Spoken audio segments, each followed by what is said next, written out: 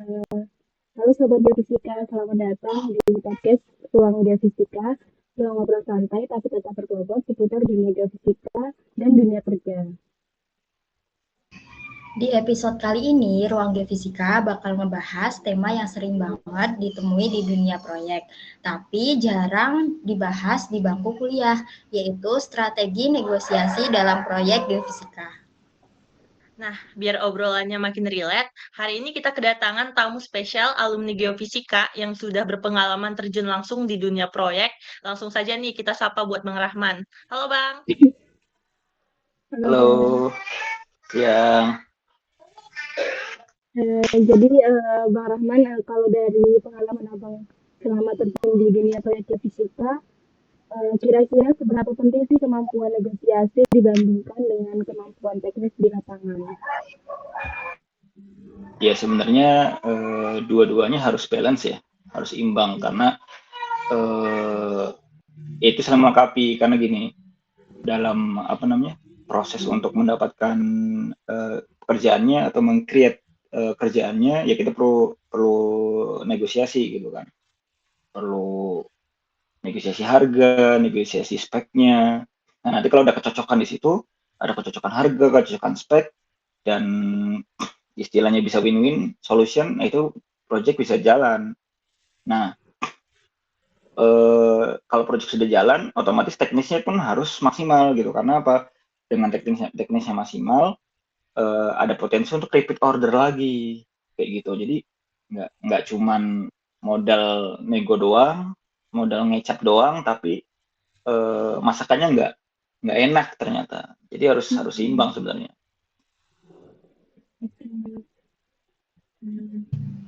Oke, kalau dari Bang Rahman sendiri, buat pengalaman pertama kali yang negosiasi secara langsung sama klien itu tantangan paling berat yang dihadapi Bang Rahman itu seperti apa, Bang?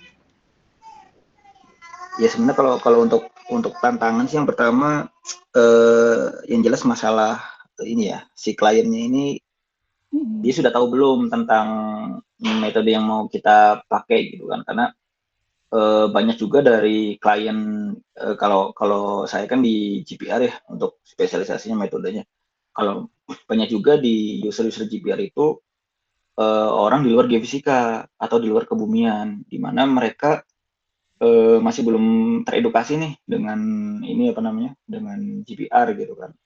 Jadi tantangannya adalah mereka berekspektasi yang terlalu tinggi misalkan berekspektasi terlalu tinggi dan seringnya kaget dengan harga GPR itu karena biasanya mereka patokannya dengan survei di luar geofisika seperti topografi ataupun survei geofisika yang biasa yang lebih umum seperti geolistrik gitu kan.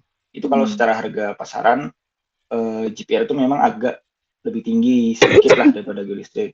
Jadi kadang mentoknya di situ tuh. Nah, fungsinya negosiasi adalah gimana caranya kita bisa menyesuaikan antara budgetnya mereka, ekspektasinya mereka dengan apa yang bisa kita tawarin gitu.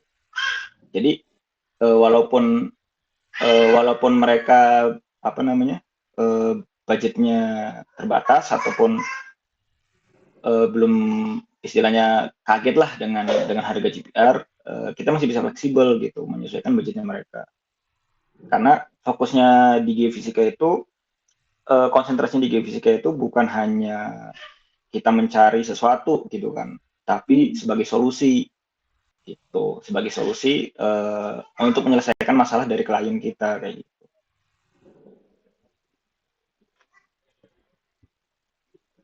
Oke, makasih Bang.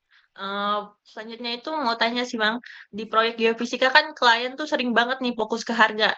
Biasanya Abang nih jelasin ke klien tuh gimana supaya tuh mereka paham kalau nilai interpretasi data dan analisis itu tuh penting, bukan cuma sekedar pengukuran di lapangan aja.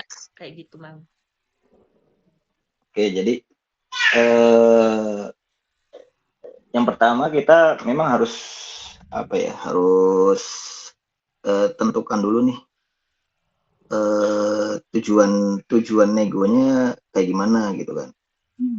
Ya pasti yang pertama kita harus mengedukasi dulu sih ke mereka kalau soal harga gitu kan, karena kita fokusnya itu menjual value-nya gitu. Jadi walaupun walaupun apa namanya harga agak tinggi, tapi efek kedepannya gimana?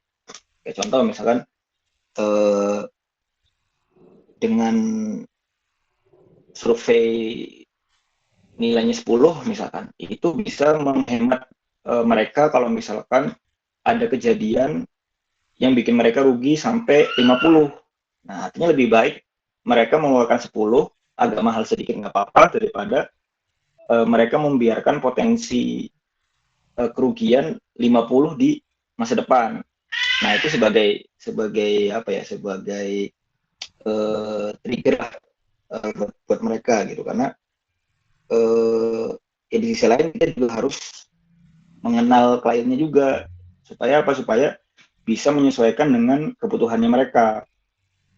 Kayak gitu. Masalah kalau kalau apa namanya? Masalah harga gitu kan. Jadi kalau dalam dalam negosiasi itu prinsipnya kita itu win-win solution, tapi di belakang itu gimana caranya lawan kita itu merasa menang, tapi padahal kita yang menang. Jadi lawan itu menganggap win-win solution, dia menang, aku menang, tapi sebenarnya goalnya adalah gimana caranya aku aku ini lebih menang, tapi lawan itu merasa lebih menang. Kayak gitu kalau di negosiasi. Tapi pernah nggak sih Bang kayak misalkan ada di posisi harus menolak tawaran dari klien karena mungkin harganya sudah terlewat dari batas bawah, atau mungkin gimana juga cara Abang menyampaikannya supaya tetap profesional dan hubungan itu tetap baik. Oh iya, kalau kalau misalkan ternyata harganya itu terlalu jauh misalkan, atau enggak harga kitanya terlalu tinggi gitu kan, biasanya aku tanya dulu nih, eh, budgetnya berapa ke mereka. Kalau misalnya ternyata oh budgetnya terlalu terlalu jauh nih di bawah batas marginnya misalkan, dan ketika kita pikir oh kita sudah ngurangin banyak fitur nih, lintasan udah kita kurangin banyak, operasional udah kita press sebesar mungkin, tapi ternyata eh, mereka nggak bisa juga atau terlalu jauh, ya biasanya kita saranin metode lain. Kayak gitu, kita saranin metode lain, kalau misalkan kayak gini gimana, dengan yang lebih murah gimana. Tapi kalau misalnya tidak memungkinkan, ya ya kita belum bisa dulu kayak gitu. Jadi apa namanya, ya intinya jangan langsung tolak, wah nggak bisa gitu, jangan, tapi kita kasih solusi yang lain dulu. Misalkan oh bapak kalau misalkan eh, ternyata GPR nggak memungkinkan, gimana kalau beli listrik misalkan, ini bisa bisa juga nih segini, tapi dikasih juga, diedukasi juga kekurangannya ini, kelebihannya ini. Nah, nanti kan untuk eksekusinya, kalau misalnya kita belum bisa handle pekerjaan itu, kita bisa nih kolaborasi dengan teman kita yang jago listrik misalkan. Nah, nanti dari situ kita eh, apa namanya bisa nih ngambil margin dikit, yang penting projectnya jalan. Gitu. Jadi intinya, yang penting si klien kita nih tetap kita pelihara gitu loh. Jangan jangan jangan kita oh nggak bisa, karena apa, kita nggak tahu nanti ke depan itu apakah dia ada kerjaan lain yang relate sama kita atau enggak, atau mungkin nanti ke depannya mereka punya budget kayak gitu. Kayak gitu sih sebenarnya. Kalau dari Bang Rahman sendiri itu ada tips atau tips and trick kalau melakukan negosiasi saat proyek di geofisika sendiri, dari Abang sendiri itu gimana ya Bang? Oke, jadi kalau kalau negosiasi itu ini sebenarnya disclaimer dulu ya. Jadi dalam dalam negosiasi itu nggak ada nggak ada maksudnya nggak ada step-step yang baku lah sebenarnya. Jadi step-stepnya itu bisa diterapin, ada beberapa teknik-teknik yang bisa diterapin ketika momen-momen tertentu misalkan. Nah, kalau aku biasanya yang versiku itu aku bagi jadi 4 tahap nih kalau mau nego. Pertama persiapan, kedua awal negosiasi, tengah negosiasi sama akhir negosiasi kayak gitu. Nah contoh ya, kita kasih contoh. Misalkan kasusnya nih kita lagi jualan GPR nih, gitu kan. Kita jadi ahli GPR nih, konsultan GPR. Kemudian ada klien nih. Nah sebelum sebelum kita mulai, kita persiapan dulu. Kita lihat dulu kliennya nih, riset dulu sama kliennya seperti apa. Dia tipenya nih perusahaan besar, perusahaan kecil, menengah. Karena kan di situ kita bisa lihat nih kemampuan finansial mereka kayak gimana. Terus mereka lagi mengerjakan proyek apa? Proyeknya besar. Kalau misalnya, oh ini proyeknya besar nih, paketnya banyak, artinya dananya juga banyak. Artinya kita bisa pasang margin lebih besar daripada harga pasar misalkan. Terus dilihat juga deadline dia ketat enggak. Kalau misalkan deadline-nya ketat, waktunya kan terbatas. Nah, dengan waktu terbatas itu kita bisa naikin harga. Nah, cek juga nanti biaya HPP-nya gimana nih, HPP-nya gimana, kapasitasnya gimana, itu persiapan ya. Nah, terus yang kedua, ini masih persiapan. Kedua, kita tentukan bottom price. Nah, bottom price itu batas bawahnya. Misalkan operasional kita di angka 8 juta misalkan. Kita mau pasang harga di kita mau pasang untung 2 juta misalkan, jadi kan 10 juta ya. Jadinya 10 juta. Nah, itu tuh harga dasar kita tuh keuntungan kan. Nah, tapi jangan menawarkan, kalau aku ya, jangan menawarkan harga 10 juta itu langsung ke kliennya. Gitu. Tapi kita buat namanya MPP.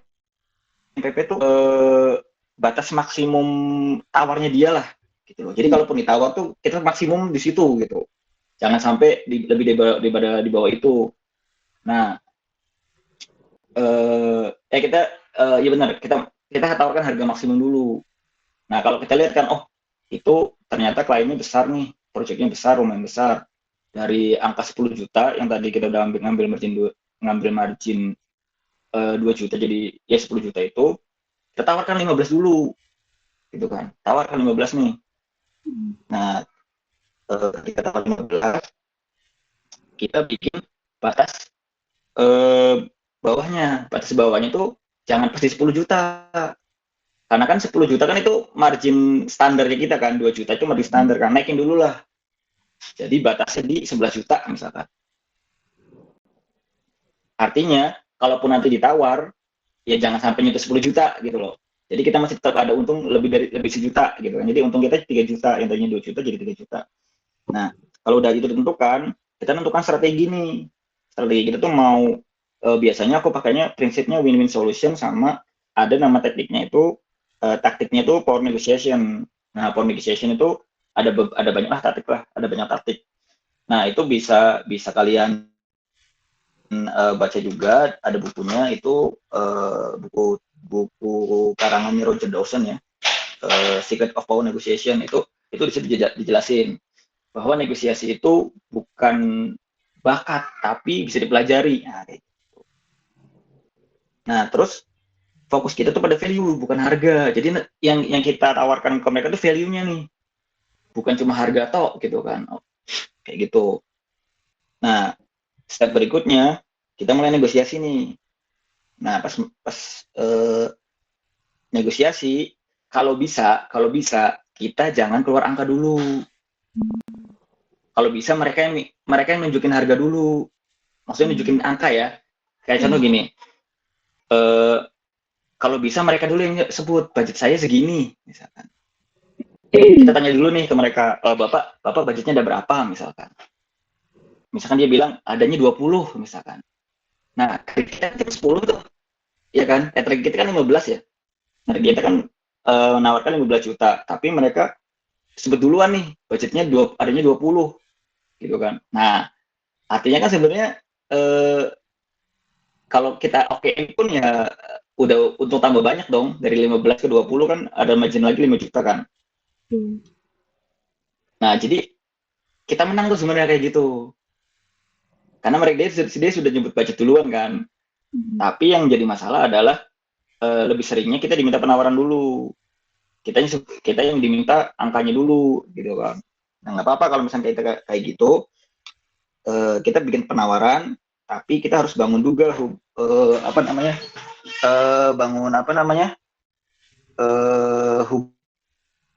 dulu tambahan. Jadi contohnya gini, misalkan kita kasih penawaran ya, contoh gini, terima kasih sudah menghubungi kami, misalkan. Sebelumnya bisa saya tahu sedikit konteks proyeknya gimana? Kalau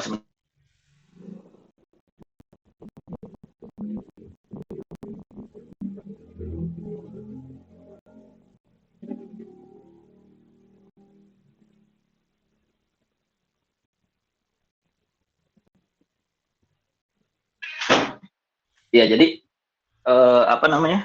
Kita bangun hubungan dulu sama usernya. Tanya dulu kebutuhannya apa, gitu kan? Misalkan konteks proyeknya apa, lokasinya gimana, tujuannya gimana, terus pastiin metodenya kita tuh sesuai dengan kebutuhan mereka. Nanti dari situ bisa juga tuh menongkrak harga lagi. Nah, kita ajukan penawaran nih. Nah, untuk cakupan area sekian dengan data interpretasi lengkap, misalkan kami biasanya mengenakan 15 juta, misalkan, termasuk mobilisasi, akomodasi, bla bla bla. Nah, kalau bisa gunain angka ganjil, karena itu ya secara psikologi juga ngaruh kan. Misalnya tadinya 15 juta di 14 juta 900 misalkan. Nah, itu bisa tuh kayak gitu. Nah, setelah kita kasih penawaran kan biasanya mereka nego tuh, ya kan? Nah, kita sudah mulai masuk nih ke awal negosiasi. Nah, kita pakai teknik si power negotiation tadi. Salah satu teknik yang bisa kita pakai di momen itu adalah flinch. Flinch itu kayak terkejut lah gitu. Kayak contoh gini, misalkan klien yang gini, kalau 15 juta kayaknya terlalu tinggi, Pak, katanya. Nah, kita kaget juga.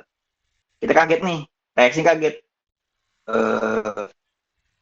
Oh ya Pak, saya paham. Memang banyak yang bilang di awal misalkan. Tapi yang sering terlewat itu adalah interpretasinya. Hasil CPR itu nggak mudah, rumit, misalnya dijelasin. Kalau misalnya salah baca bisa fatal, apalagi untuk bangunan besar misalkan. Nah, kita kan tahu nih, klien lagi ngebangun bangunan besar kan. Nah, fungsinya kita kenal klien itu kayak gitu. Jadi kita bisa memberikan value untuk proyeknya dia. Jadi kita menekankan bahwa agak mahal nggak apa-apa, tapi value kita begini loh, kayak gitu. Nah, kemudian kalau misalkan dinego lagi, misalkan ada juga tekniknya namanya higher authority, misalkan kita perlu persetujuan ke atasan nih, misalkan. Ini fungsinya apa? Buat memberi kesan kalau kita tuh tidak memutuskan sendiri, jadi buka ruang tawar lagi, misalkan. Contohnya gini, kalau soal harga saya bisa bawa ke manajer teknis kami dulu ya, misalkan. Tapi biasanya di angka 13 juta itu kita harus kurangin ini. Misalnya dia nego di 13 nih, dari 15 ke 13 misalkan. Nah, efeknya apa? Kita bisa ngulur waktu nih. Sama menolak lebih sopan misalkan. Kalau misalkan ternyata terlalu jauh gitu loh. Nah, ini salah satu caranya nih. Kalau misalkan yang tadi pertanyaan tadi ya, kalau misalkan harganya nggak cocok, nolaknya gimana? Nah, itu salah satunya pakai teknik persetujuan atasan. Gitu. Jadi nanti kita tanyakan dulu ya ke atasan misalkan. Nah, itu kan ngasih waktu tuh. Nah, waktu itu tuh bisa nolak secara halus lah istilahnya. Kemudian bisa juga pakai teknik ya gimana? Enggak. Lanjut dulu aja, Bang. Oh ya, oke. Nah, bisa juga pakai teknik silence nih, diam sebentar misalkan. Nah, tujuannya apa? Buat lawan itu nggak nyaman dan buka konsesi lebih dulu. Misalkan, aduh, kalau misalkan 13 juta gimana ya Pak? Misalkan kita bilang gitu kan. Diem dulu misalkan. Nah, ketika diem kan stuck nih, gitu kan. Nah, itu kita bikin mereka ngomong duluan gitu. Nah, kayak gitu, itu teknik silence tuh. Nah, efeknya apa? Banyak orang tuh nggak tahan sama keheningan lah istilahnya. Akhirnya mereka bilang, ya udah deh kalau misalnya kayak gitu segini aja Pak misalkan. Padahal kita sebenarnya kalaupun di angka 13 masih untung kan, untung jauh kan. Kita kan operasional cuma 8 juta kayak gitu. Nah, kalaupun ya, misalkan apa namanya, misalkan kita okein ya, okein nih 13 juta, oke Pak 13 juta, deal gitu kan. Masih ada satu cara lagi, namanya itu teknik tawar menawar ulang. Nah ini kalau misalkan misalkan kita, ini nggak selalu bisa diterapkan ya. Ini diterapkan kalau misalkan kita mau bisa menggali keuntungan lebih lagi gitu. Nah teknik menawar ulang tuh misalkan gini, ditawar lagi nih sama kliennya. Kalau di 13 juta, tapi lengkap gimana? Padahal kan kita tawarnya lengkap itu 15 kan. Apa namanya? Kalau misalnya mau lengkap, ya paling bisa kita kurangin itemnya, misalkan nggak pakai cap, nggak pakai ini, nggak pakai ini, nggak pakai ini. Nah setelah itu, ya udah deh 13 aja katanya misalkan. Artinya kita sudah mencapai sepakat nih. Nah akhirnya kita setuju di 13 juta dengan laporan lengkap pembayaran. Misalnya kita minta pembayaran 50% misalkan di awal gitu kan, karena kita sudah nego misalkan. Itu bisa juga tuh. Artinya apa? Ketika kita menentukan batas bawah tadi, si klien kan akan jauh menyentuh angka 10 juta kan. Karena yang ruang negosiasinya itu di 10 sampai di 11 juta sampai 15 juta. Kayak gitu. Beda cerita kalau misalkan kita langsung bilang 10 juta Pak misalkan. Nah, nanti di negonya bisa sampai 5 juta itu. Akhirnya kan kita nggak dapat untung. Kayak gitu contohnya. Nah, kalau misalkan kita udah sepakat, dokumentasikan hasilnya, eh, terus nanti syarat pembayarannya gimana, bla bla bla. Nah, akhirnya dengan hubungan baik. Habis itu ya terima kasih Pak, oke deal nih, misalkan nanti kami kirimkan tim terbaik kita, dan jika proyeknya sukses, nanti kita support juga, misalkan untuk set berikutnya, misalkan kayak gitu. Nah, secara singkat sih gitu, itu anggap aja apa namanya, eh, proses naiknya mulus ya, karena realnya nggak mulus-mulus banget, tapi seenggaknya teknik-teknik tadi itu bisa kita pakai untuk nego. Jadi nanti kalau misalnya kalian ada tawaran project, nggak bingung nih negosiasinya, seenggaknya ada poin-poin yang bisa kita pakai di situ. Kayak kita nego tukang sayur di pasar lah misalkan. Kan kan ada tuh teknik ibu-ibu yang ninggalin pedagangnya tuh, ya kan? Misalkan wah harganya mahal gitu kan, terus diam aja. Si pembeli akhirnya diem kan, pergi kan dia. Nah itu tuh sebenarnya teknik silence itu. Teknik silence akhirnya kan si penjualnya manggil kan, udah Bu segini aja Bu. Nah itu teknik silence itu. Nah itu bisa juga diterapin di project. Apalagi kalau misalnya kita jadi kliennya. Nah kalau dari teknik tadi ada juga teknik tambahan namanya nibbling. Nah nibbling itu eh, saya nggak terapin di tadi ya, karena itu biasanya kita terapinya di akhir kalau udah di deal kita kan di 13 juta kan, misalkan di dealnya di 13 juta. Nah ketika deal 13 juta kita bisa terapin nibbling. Nah nibbling itu apa? Nibbling itu minta tambahan kecil dari kesepakatan tadi. Jadi misalnya kita 13 tuh minta tambahan lagi nih sama dia nih supaya kita bisa lebih untung. Nah contohnya gimana? Contohnya ketika kita udah sepakat di 13 juta tadi, kita bisa minta ke dia, Pak, oke Pak kita deal 13 juta misalkan. Kita bilang, Pak kalau misalkan nanti di lapangan kita perlu helper, boleh sediakan gak ya Pak misalkan. Nah helper kan perlu bayaran kan sebenarnya. Nah karena kita mintanya setelah deal harga eh, dan mintanya ke ownernya langsung, akhirnya kita nggak bayar helper lagi. Yang bayar helpernya si ownernya. Jadi kita tetap dapat 13 juta, tapi helper dibayarin sama owner. Nah itulah nibbling namanya. Kita minta tambahan dikit-dikit lah, misalkan sama dia. Jadi kita nggak ngerubah harga deal di awal, tapi kita lebih untung sebenarnya. Gitu. Nah jadi pada akhirnya klien kan merasa menang kan, dari 15 juta saya bisa dapat 13 juta kok, bisa nego gitu kan. Tapi dari aku jauh lebih menang. Dari untung 2 juta ke 13 juta berapa tuh? 5 juta ya berarti. Jadi untuk 5 juta gitu. Jadi kita buat klien itu merasa menang, tapi padahal kita yang lebih menang karena kita dapat untung 5 juta, yang tadinya 2 juta, kita berhasil nambah jadi 5 juta kayak gitu. Itu sih teknik yang secara ringkas ya, secara ringkas negosiasi di project itu kayak gitu.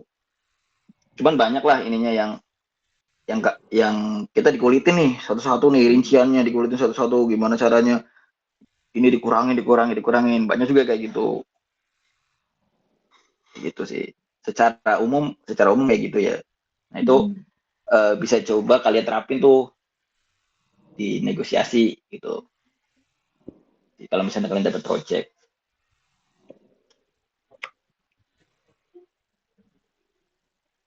Oke Bang, makasih buat jawabannya. Dari kita ada pertanyaan terakhir nih Bang. Gimana pertanyaannya itu kalau ada case ketemu klien yang butuh cepat gitu karena deadline mepet. Kayak kita ketemu proyek Roro Oke. Jonggrang gitu yang harus jadi dalam waktu semalam. Nah, dari abangnya itu mungkin gimana cara mengatur strategi negosiasi tanpa terkesan menekan gitu atau manfaatin situasi. Kasih Bang.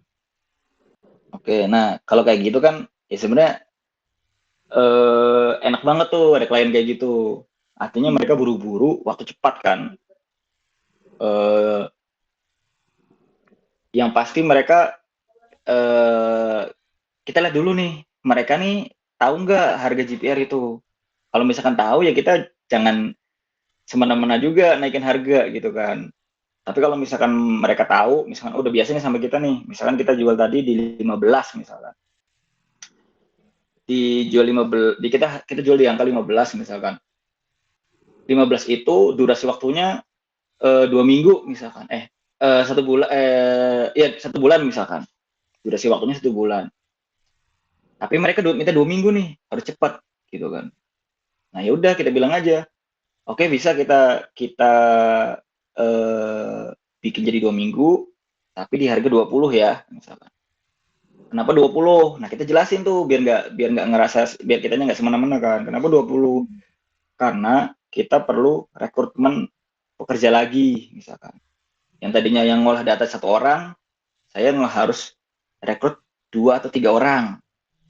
Nah untuk ngebayar itu misalkan. Nah itu kan jadi masuk akal tuh istilahnya. Untuk mempercepat pekerjaan, otomatis saya harus menambah SDM. Untuk menambah SDM, saya harus bayar lebih ke orang. Nah, untuk membayar itu ya saya harus menaikkan harga. Nah, harganya kalau bisa masuk akal. Jadi ketika kita naikin harga, kita harus bisa juga menjelaskan kenapa nih harganya bisa jadi naik segini. Kayak gitu. Jangan semena-mena langsung 50 juta 2 minggu. Nah, gimana? Nanti kitanya yang di cancel sama dia karena terlalu tinggi. Kayak gitu. Kecuali ini orang, si kliennya nggak tahu sama sekali ya. Pernah sih aku beberapa kali kayak gitu. Posisinya itu di pabriknya mereka tuh ada rongga gitu kan. Sedangkan untuk waktu pengerjaannya hanya 1 minggu di tahun itu. Karena di tahun itu shutdown-nya tuh pada minggu itu, gitu kan.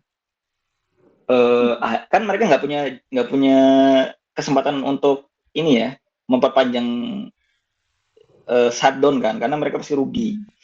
Ya udah akhirnya aku coba nih pasang harga nothing tulus misalkan, aku tinggiin sekalian karena itu kliennya nggak familiar banget lah sama GPR gitu kan. Kalau dia ambil ya rezekiku, kalau misalkan enggak ya berarti bukan. Nah itu bisa juga diambil opsinya. Jadi ya kayak gambling dikit lah gitu. Nah aku yang tadinya harga sekian, aku kalikan 2-3 kali lipat nih ke mereka der. Ternyata mau mereka tanpa nego. Nah akhirnya malah untung banget kan ke aku kayak gitu, karena kita bisa menyelesaikan kerjaan ini di waktu sempit sesuai dengan time frame-nya mereka kayak gitu. Jadi kalaupun mau naikin ya gimana caranya masuk akal nih gitu. Dan lihat pesaing-pesaingnya ya kalau bisa ya. Kalau bisa di-spill dikit misalkan. Biasanya kan mereka minta penawaran nggak cuma satu gitu kan, nggak cuma satu perusahaan. Biasanya ada banyak perusahaan lah yang suruh masukin. Nah kalau misalnya kita bisa punya koneksi di dalamnya, ya kita bisa tanya tuh spill dikit gitu kan. Kira-kira terlalu jauh nggak nih bedanya gitu kan. Kalau misalnya terlalu jauh ya kita coba kasih penawaran ulang misalkan. Kita sesuaikan kayak gitu sih. Jadi dinamika untuk proses sampai di project itu panjang gitu. Makanya wajar kalau misalkan harganya lumayan gitu sih. Baik, Bang Rahman, terima kasih banyak atas sharing dan pengalamannya di ruang geofisika. Banyak banget insight yang bisa kita ambil. Semoga bisa jadi bekal buat teman-teman geofisika ke depannya. Nah, buat Sobat Geofisika, ingat ya, jadi skill teknis itu penting, tapi kemampuan komunikasi dan negosiasi juga kunci sukses di dunia proyek nantinya. Oke, sekian dari podcast kami. Sampai jumpa di episode Ruang Geofisika lainnya. Sampai ketemu.